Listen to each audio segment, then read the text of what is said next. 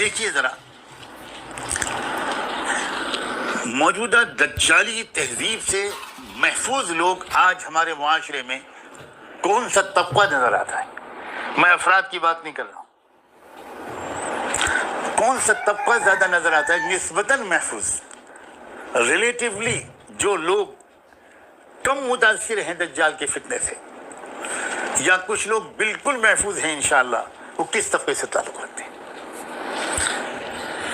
کیا وہ لوگ اس طبقے سے تعلق نہیں، وہ لوگ نہیں ہیں وہ جن کا اصل تعلق جو ہے وہ قرآن و حدیث کے علوم سے ہے، جنہوں نے دنیا بھر کی اور چیزیں نہیں پڑھی اور یکسوئی کے ساتھ قرآن و حدیث کے علوم میں خوب لگے اور بن چہار دیواری میں انہوں نے علم قرآن اور علم حدیث حاصل کیا اور اپنے آپ کو کسی اچھے نیک مخلص تقوی اور ذکر والے ماحول میں رکھا اپنی تربیت اور حفاظت کے لیے، اور یہاں تک کہ ان کے اوپر علم الہی کا اور ذکر الہی کا کچھ رنگ چڑھ گیا۔ کیا یہ ایمانداری کی بات نہیں ہے کہ عرب ہو یا عجم یہی طبقہ ہم کو محفوظ نظر آتا ہے؟ اگر دوسرے طبقوں پہ کچھ لوگ اللہ کی توفیق سے فتنے دجال اور مغربی تہذیب کے اثرات سے کلی طور پر یا تھوڑے بہت محفوظ ہیں بھی، تو کیا یہ بات صحیح نہیں ہے کہ وہ بھی فیض ہے دراصل انہی حضرات کا؟ کہیں نہ کہیں ان کا جوڑ اور رابطہ ایسے اللہ والوں سے ہے۔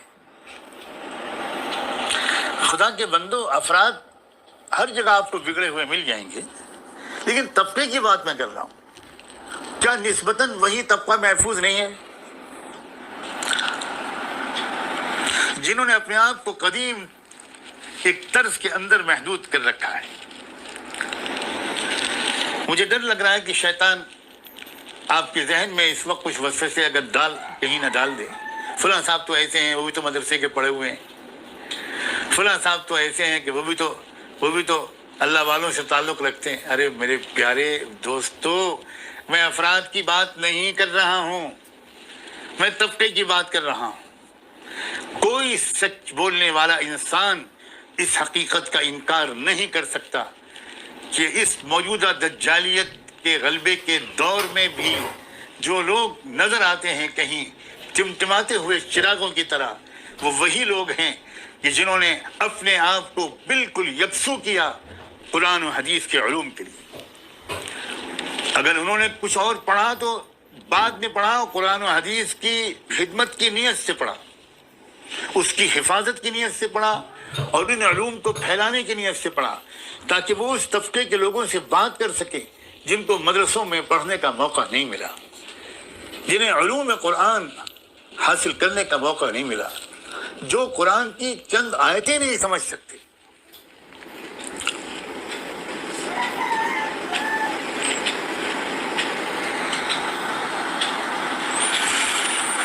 اللہ اکبر۔ یعنی ایسا معلوم ہوتا ہے کہ اللہ تعالیٰ نے فتنہ دجال کا جو شروع میں جو صورتحال اللہ تعالیٰ نے بیان فرمائی اور اصحاب کہف کا واقعہ بیان کیا، اور اس سے جوڑ کر اب یہ بیان کیا کہ یہ کہفی زندگی ایک ہے، یہ ایک واقعہ تاریخ کا نہیں ہے جو ماضی میں گزر گیا، دراصل یہ طرز زندگی ہے۔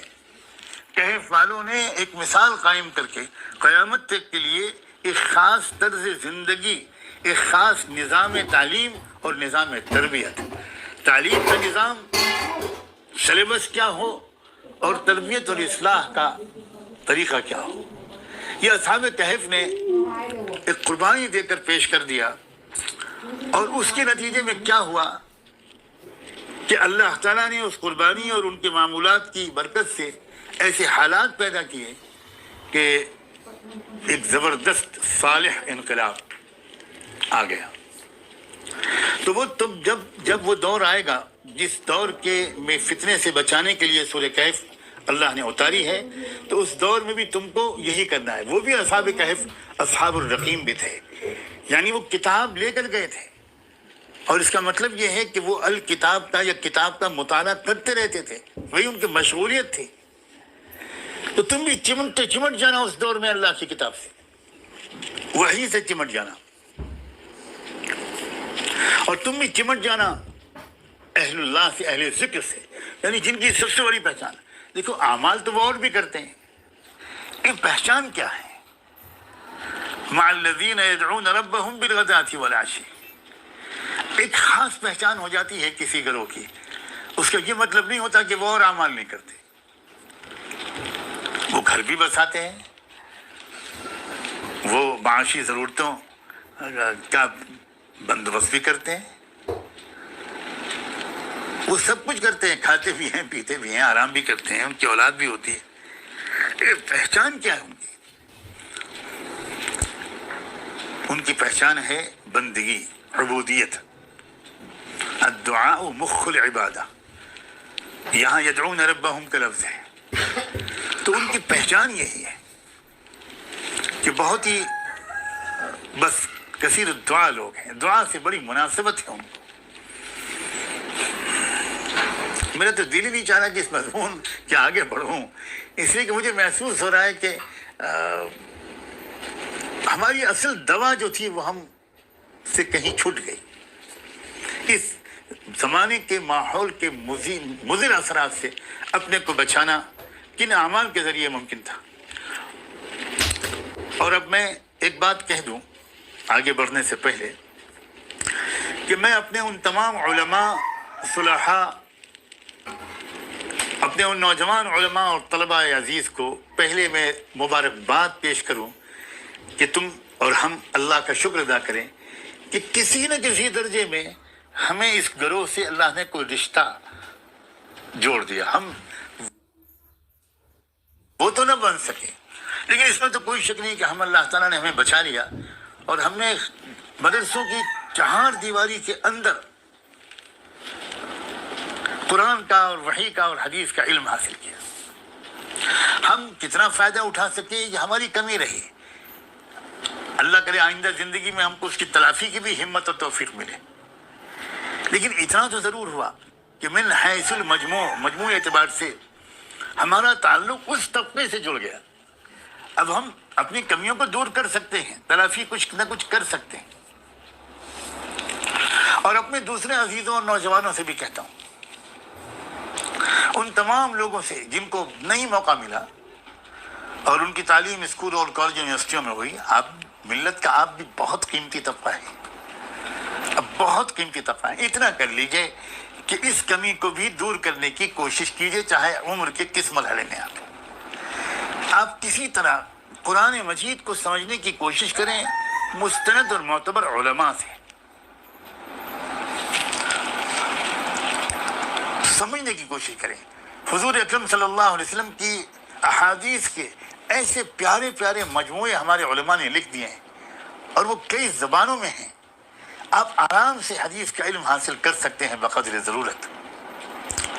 اور میں درمیان میں کہہ دوں تاکہ آپ لوگ بار بار تقاضے کر کے وہ کام ہم سے کرا لیں کہ اس دوران بہت. تو دیکھیے آپ نے سنا کہ حضرت مولانا جو بہت بڑی ہستی ہیں، انہوں نے کیا فرمایا کہ جب دجال آئے گا اس سے کون سا طبقہ جو ہے وہ محفوظ رہے گا.